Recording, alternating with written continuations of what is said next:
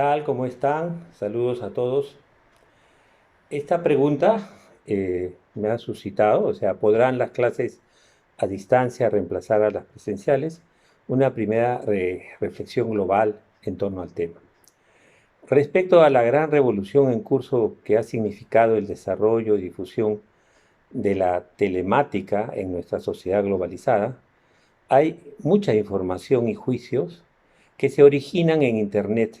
Lamentablemente, como los buscadores proceden de modo cuantitativo a partir de cada término o palabra utilizada, no cualitativamente, el cúmulo de entradas disponibles en su gran mayoría no es confiable, es superficial y requiere de una selectividad de su origen, fundamento y validación.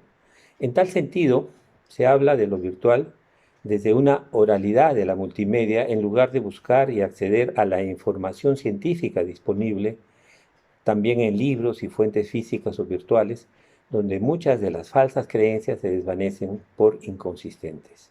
Por ejemplo, la que da título a este conjunto de conversatorios, que no alude a la eclosión de grupos académicos y de investigación de fines del siglo XX y comienzo del XXI, que plasmaron ideas iniciales sobre lo que debería ser las humanidades digitales en una serie de manifiestos que combinaban los aspectos conceptuales y metodológicos de las disciplinas humanísticas con la emergente revolución informática y digital.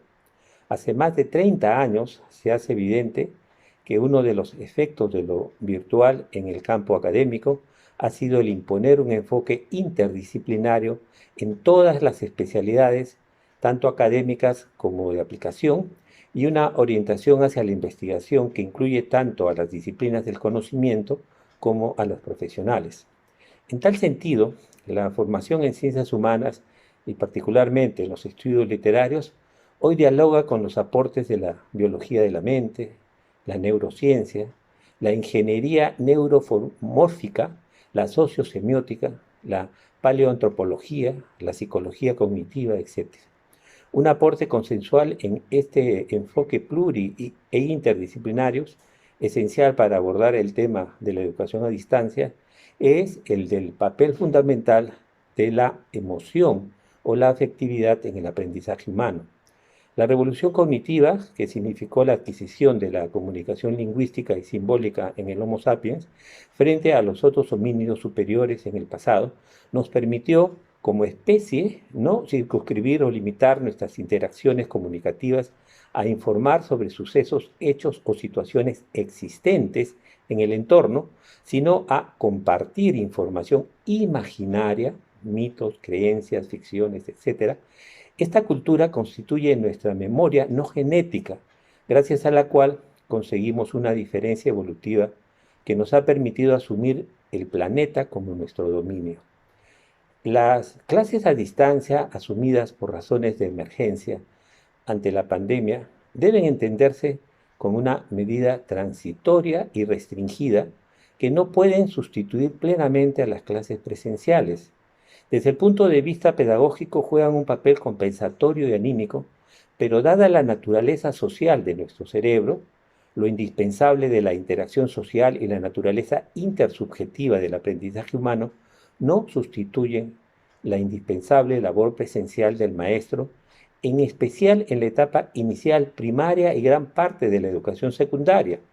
Los muchísimos casos de dolencias emocionales actuales como ansiedad, depresión, irascibilidad, etcétera, detectadas entre los estudiantes actualmente, ha interiorizado evidentemente la problemática de la didáctica en la educación.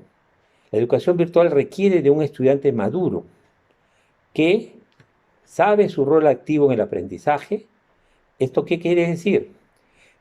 Los sistemas educativos sólidos en el primer mundo, obviamente, implican que manejen el proceso que se inicia antes de llegar a la universidad, se inicia en el colegio en los últimos años, y por supuesto ya en la universidad hay un proceso paulatino y progresivo de adaptar al estudiante al manejo de estas plataformas y que obviamente eso se materializa sin ningún problema, evidentemente en posgrado.